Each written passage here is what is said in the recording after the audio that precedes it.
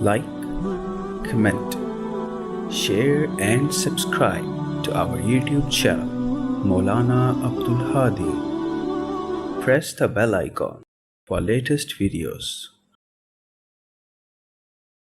اور تیسرا سوال ایک بھائی نے یہ کیا ہے کہ جب ہم قبرستان جاتے ہیں تو قبرستان میں بعض لوگ قبر کو چومتے ہیں، ہاتھ لگاتے ہیں، یہ کیسا ہے؟ یہ بہت اہم سوال ہے۔ دیکھیں، قبر پہ جا کے ہاتھ لگانا، چومنا، یہ ساری چیزیں کرنا فتاویٰ کی کتابوں میں اس میں بڑی سخت وعید آئی ہے۔ اس کے بارے میں میں تفصیلی بات کروں گا کہ اس کو چومنا کیوں منع ہے، اس کو ہاتھ لگانا کیوں منع ہے۔ دیکھیں، جو اللہ کا ولی ہے، جو اس وقت وہاں آرام کر رہا ہے، اس کی ولیت میں تو کوئی شک نہیں ہے، لیکن یہ کام کرنا قبر میں جا کے کہ ہاتھ لگانا اور چومنا، اور بعض جگہوں پہ تو ایسے گھوم رہے ہوتے ہیں قبر کے ارد گرد، یہ ساری چیزیں غلط ہے۔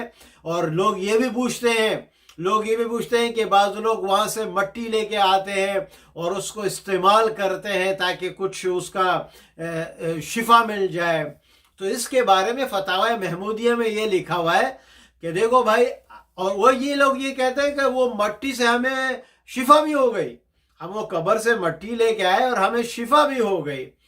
تو بھائی، اگر شفا ہو گئی تو یہ ذرا غور سے سنیے گا، اللہ فقہا کی قبر کو نور سے بھر دے۔ کتنا خوبصورت جواب انہوں نے دیا ہے۔ دیکھو، قبر کی مٹی ہو یا ہاتھ لگانا ہو یا چومنا ہو، اس وقت آپ کی نیت کیا ہو رہی ہے؟ اور دوسرا، جو آپ کر رہے ہو اسلام میں، اگر آپ کی نیت ٹھیک ہے، آپ یہ نہیں کہہ رہے ہو کہ مشکل کشا یہ قبر والا ہے، تو کیا یہ ساری چیزیں جائز ہے کہ نہیں ہے؟ تو سب سے پہلے میں آپ کو بتاؤں، یہ ہاتھ لگانا، چومنا وغیرہ تو بالکل جائز نہیں۔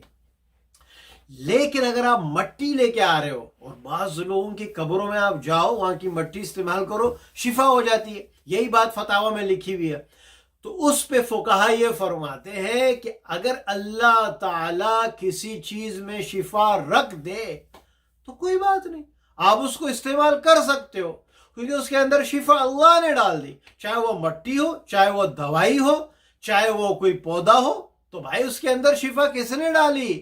اللہ نے ڈالی۔ ابراہیم علیہ السلام فرماتا ہے اذا مرضت فهو یشفین، جب میں بیمار ہوتا ہوں تو اللہ ہی مجھے شفا دیتا ہے۔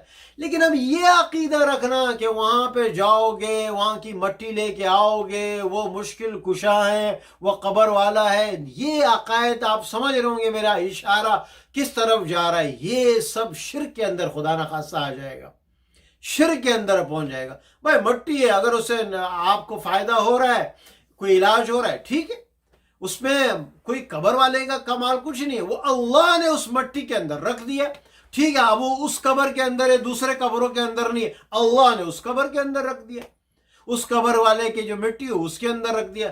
تو اگر آپ اس نیت سے اس قبر کی مٹی کو اٹھاتے ہیں اور آپ کو تجربہ بھی ہو رہا ہے کہ لوگوں کو فائدہ ہوا، تو کوئی اس میں مذائقہ نہیں ہے۔ لیکن صرف یہ کہنا کہ لوگ اٹھا رہے ہیں اور یہ اللہ کا ولی ہے، کچھ نہ کچھ لے کے جاؤ یہاں سے، یہاں کی مٹی لے کے جاؤ، تو یہ سب غلط ہے، یہ خدا نخواستہ آدمی شرک تک نہ پہنچ جائے۔ میں تو یہ کہتا ہوں اپنے اعمال کی حفاظت کرو۔ حضرت علی فرماتے ہیں رضی اللہ عنہ، نیکی کرنا آسان، اس کو بچا کے لے جانا مشکل۔ جاؤ قبروں پہ جاؤ فاتحہ کرو، کوئی معنی نہیں، لیکن وہاں پہ ایسے کام نہ کرو کہ آپ اپنی ساری نیکیوں پہ پانی پھیر دو۔